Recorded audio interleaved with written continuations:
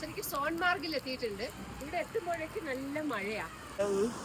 വിൻഷീറ്ററും അതിന്റെ കൂടെ റെയിൻകോട്ടും ഒക്കെ ഇട്ടിട്ടുണ്ട്.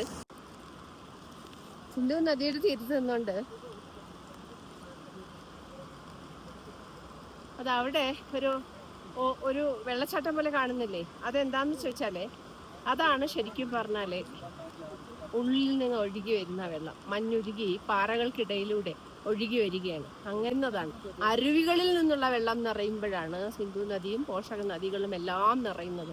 അതുകൊണ്ട് തന്നെ ഇപ്പോൾ നമ്മൾക്ക് കണ്ടാൽ തോന്നുന്നത് എന്താണ്? ഒരു ഇഷ്ടം പോലെ നമുക്ക് കയറാം നിൽക്കാം എന്നൊക്കെയല്ലേ തോന്നുക. ആക്ച്വലി അങ്ങനെ കയറാനും നിൽക്കാനും ഒന്നും ശ്രമിക്കണ്ട. എന്തുകൊണ്ടെന്ന് വെച്ചാല് എപ്പോഴാണ് ഇവിടെ വെള്ളം കൂടുക? നമ്മുടെ കല്ലാറിലും ഇങ്ങനെ തന്നെയല്ലേ? എപ്പോ വെള്ളം കൂടുമെന്ന് പറയാൻ പറ്റില്ലല്ലോ. കൂടും എന്നുള്ളത് നമുക്ക് പറയാനും പ്രെഡിക്റ്റ് ചെയ്യാനും പറ്റാത്തത് കൊണ്ട് തന്നെ അധികം മാക്സിമം ഇറങ്ങാതെ ഇരിക്കുന്നതൊക്കെയാണ് നല്ലതെന്നാണ് അഭിപ്രായം. എന്തായാലും ഒന്നുകൂടെ ഒന്ന് ഇറങ്ങി നോക്കാം ഇങ്ങോട്ടേക്ക്. ഇതിന്റെ ഒരു ഫുൾ വ്യൂ വിഷൻ ഒന്ന് എടുത്തിട്ട് നമുക്ക് ഇറങ്ങാം. ബ്യൂട്ടിഫുള്ളല്ലേ? വാവ് വാവ് വാവ് അല്ലേ? അപ്പോൾ ഈ നേച്ചറിനെ നമ്മൾ എത്ര പറഞ്ഞാലും മതിയാവില്ല. എന്തൊക്കെ പേരില് നമ്മൾ പറഞ്ഞാലും നമുക്ക് മതിയാവില്ല. കാര്യം എന്താ വെച്ചാല് ബ്യൂട്ടിഫുള്ളാണ്.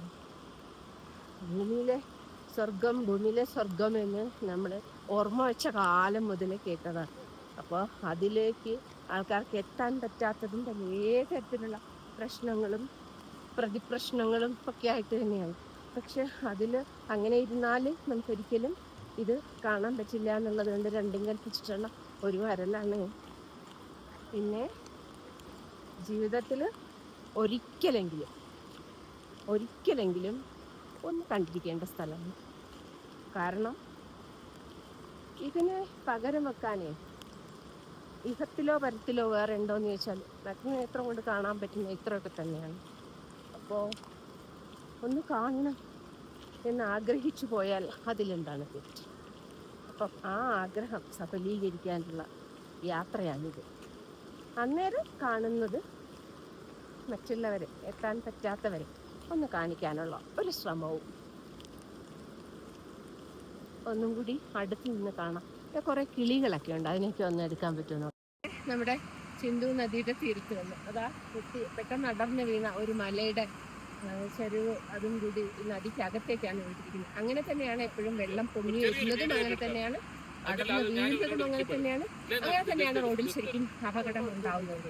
ഈ വെള്ളം നമ്മുടെ സിന്ധു നദീ തീരത്തുള്ള ഈ വെള്ളം ആണ് ശരിക്കും ഇനി അങ്ങോട്ടേക്ക് പോകുന്ന പാകിസ്ഥാനിലേക്കാണ്. ഇതിനെയാണ് നമ്മൾ ബ്ലോക്ക് ചെയ്തതും. സിന്ധു നദി കരാറ് വീണ്ടും പുനഃസ്ഥാപിക്കണം ഉടമ്പടി എന്ന് പാകിസ്ഥാൻ പറയുന്നതുമുണ്ട്. അപ്പോൾ ആ നദിയും അതിൻ്റെ ജലവും അത്രയ്ക്ക് പരിശുദ്ധമാണ്. ശരിക്കും നമ്മുടെ ഹിമാലയത്തിൽ നിന്ന് ഉരുകി വരുന്ന മഞ്ഞ്, ആ വെള്ളത്തിൽ ഞാൻ തൊട്ടിട്ട് കയ്യൊന്ന് കഴിച്ചു പോയി. എന്ത് തണുപ്പാണെന്നറിയാം. പക്ഷെ ഈ വെള്ളം നമുക്ക് കുടിക്കാൻ ഭയങ്കര പരിശുദ്ധ, ക്രിസ്റ്റൽ ക്ലിയർ ആണ് വെള്ളം.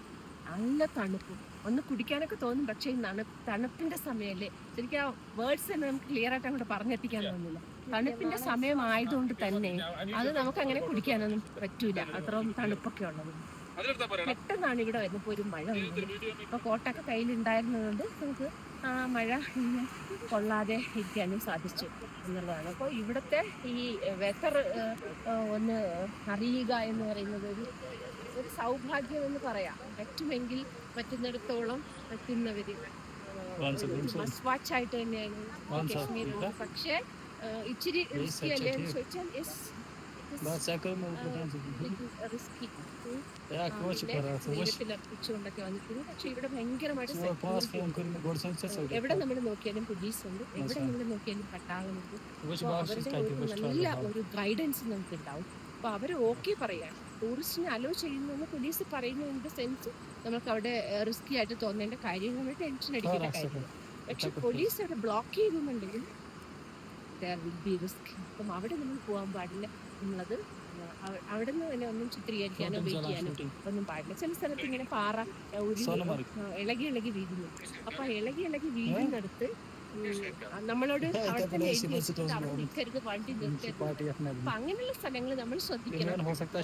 നമ്മൾ അവിടെ നിൽക്കാൻ പാടില്ല, ഡേഞ്ചറസ് ആണ്. പിന്നെ ഇടയ്ക്കിടയ്ക്ക് റോക്ക് ഷൂട്ട് സ്ഥലങ്ങളുണ്ട്, പാറ തന്നെ. അതുകൊണ്ട് തന്നെ നൈറ്റ് ഡ്രൈവ് ഒന്നും പാടില്ല എന്ന് പറയുന്നത്. ഇപ്പൊ പാറ ഒരു സ്ഥലം നോക്കുമ്പോൾ ഒരു നിറായിരിക്കും, വേറൊരു സ്ഥലം നോക്കുമ്പോൾ വേറൊരു കളർ. അതായത് തൊട്ടടുത്ത് ഇപ്പൊ 3 പാറ ഒരേ സ്ഥലത്ത് നിൽക്കുകയാണെങ്കിൽ ഒന്നൊരു മഞ്ഞ കളറാണ്, ഒന്നെങ്കിൽ ഒരു ആഷ് കളറാണ്, എങ്കിൽ ഒന്നൊരു വയലറ്റ് കളറായിരിക്കും. അങ്ങനെയൊക്കെ കാണാം. ഇത് സോൻമാർഗ് എന്ന പേരെങ്ങനെ വന്നു ചോദിച്ചാല് ഇവിടുത്തെ പാറ അതിരാവിലെ സൺറൈസ് വരുന്ന സമയത്ത് റോക്കിലേക്ക് ഇങ്ങനെ മലകളിലേക്ക് ഇങ്ങനെ തട്ടുമ്പോൾ അത് ഗോൾഡൻ നിറത്തിലാണ് വരുന്നത്. അത് ആ സോൻമാർഗ് എന്ന പേരിനെ അന്വർത്ഥമാക്കുന്ന തരത്തിൽ അത് ഈവനിങ്ങും മോർണിംഗിലുമാണ് നമുക്കത് കാണാൻ പറ്റുന്നത്. ഇതൊക്കെ തന്നെയാണ് സോൻമാർഗിന്റെ പ്രത്യേകത. ബ്യൂട്ടിഫുൾ പ്ലേസ് ആണ്.